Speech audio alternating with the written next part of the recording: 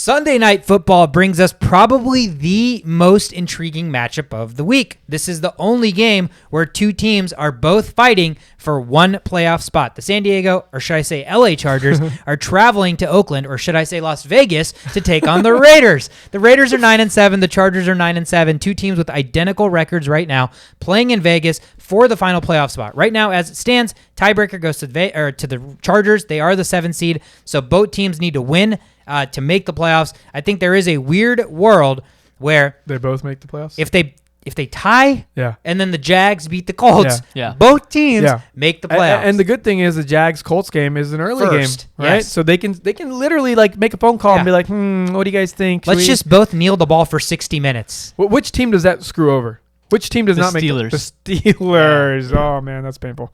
Yeah. But that's not gonna happen. Let's just the Jags can't beat the Colts, so let's just pick that out of our brains. I just don't see that happening. Dude, and then who would root for a team that agrees to tie? Yeah. Openly. No. That's worse than tanking. Yeah, that is worse. Hey, let's tie. Let's tie. Let's both make the playoffs. Dude, I will never root for a team that does that. No, they won't. They won't. Even if the Jags win, Staley has already dismissed that idea of tying. He's not going to let that happen. There's no way. Yeah, Mr. I go for it on 4th down everywhere. Analytics actually favor tying. What are you doing? Where are you at, Staley? It's gonna. So as far as the matchup is concerned, you got a lot of stats. I got a stat for you here for the Raiders. Raiders defense has allowed less than 20 points or less. Fewer in 6 games. You got the same stat? Yeah, I got all the stats. Wow. I got all the stats. Overlapping stats. 4 and 5 games. So, good signs for Raiders defense who have to step up against the Chargers' number 3 offense in the NFL. They've got the firepower. Absolutely. They've got everything. They can definitely make it happen. And so it's going to be an interesting matchup.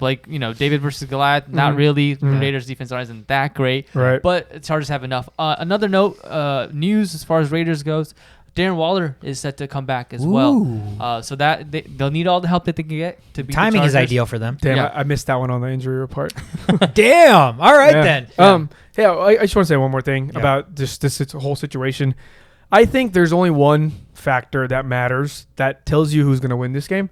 And you don't have to worry about the defense. You don't have to worry about none of that. It's strictly on Justin Herbert. So when Justin Herbert has a passer rating over 100, he's 8-0. Yep. When the passer rating's below 100, he's 1-7. Damn. So we've seen this with our own eyes. We've seen when he puts up 40 fantasy points. We've seen when he just destroys people with these crazy throws, like Mahomes-style throws. And we've also seen when he throws pick 6 to the Texans. Yep. So which one are we going to see? Because the Raiders are better than the Texans, right?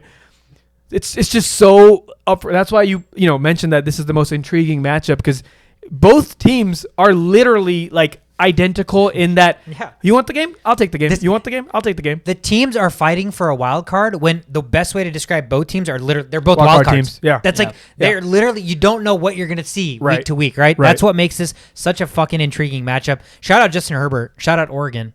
Just great school. Just for fun stuff. Yeah. Probably had some great team. He probably had some great teammates. Yeah, I heard they really have some good safeties in that program. I heard they're really mighty. Yeah. So it's this dude. I never thought I'd say that the most exciting game for me in a week slate of game is a game that the Raiders are playing, because we talked about just the frustration that you have with the Raiders because there's so much potential there, and then you see weeks where they just don't play well. So I'm excited personally. Obviously, as a Herbert owner all year, I love Justin Herbert, so I'm just obviously going to root for the Chargers. I want to see this team in the playoffs. I want to see experience, what I mentioned, even if they're one and done team, I want to see a quarterback with Herbert's magnitude get into the playoffs as early as he can so he can start building that experience. So Sorry, go ahead. No, I was just going to say, we talked about, shout out to the Saints because they were resilient with all the downfalls that they've had and being able to come back up. The Raiders are kind of like a similar team. All of their, off-field, Gruden, and then they had their receiver, Henry Ruggs, and I believe their cornerback as well. They've had 2 cornerbacks now that have had DUIs just this year. Dude, how long does this season feel that it doesn't even feel like the Gruden stuff was this year to me? Yeah. It feels like last year? Yeah, it feels like this season's been so, that's how much stuff has gone on in Raider world. Yeah. They were like, oh, Gruden, that was a while ago. No, that was this fucking season. So to have a chance in week 18 to win and clinch a playoff spot, you have to give the franchise some credit there. Battling through adversity. So it's a good story, but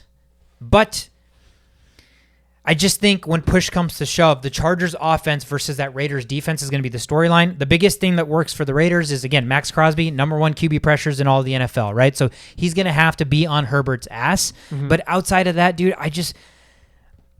it's so hard for me to put faith in the Raiders because every time we think the Raiders are going to go somewhere, they don't. They prove us wrong and they just come back to mediocrity. Whereas at least with the Chargers, there have been flashes. So there's just more upside on the Chargers side. Raiders at least get it at home. But I mean, what is home field advantage in Vegas? It's your first year and it's Las Vegas. Yeah. I mean, they played against each other earlier this year. We watched that game right out there. Yeah. They won 28. The Chargers won 28-14 despite like some miscues. Yeah. So it wasn't even the best game. No, it wasn't. They were actually not playing that well, and they still, because of their defense. I think that was the game after the Gruden stuff, if I'm correct, or maybe right before. I don't know. But yeah, like there's 4 games I'm going to be putting my eyes just glued to the TV, maybe 3.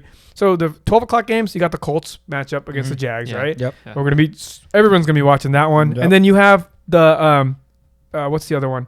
I like the 49ers and Rams. 49ers, Rams, the other one. And then you have the marquee matchup, the Chargers, Raiders. And it's Sunday Night Football. So. Yeah. Those and their last Sunday Night Football game. It's the last game of the week. Yeah. There's no Monday night game. No. Yeah, dude. So it's going to be a good way to end the week. I like how the NFL slated it that the game with the most meaning is the last game, and it's a primetime game. So I'm excited to watch the regular season wrap up. I'm sad, bittersweet, but it's been a heck of a fucking year. And we're excited for playoff football. So that's the last game on the board. Let's jump into the final segment.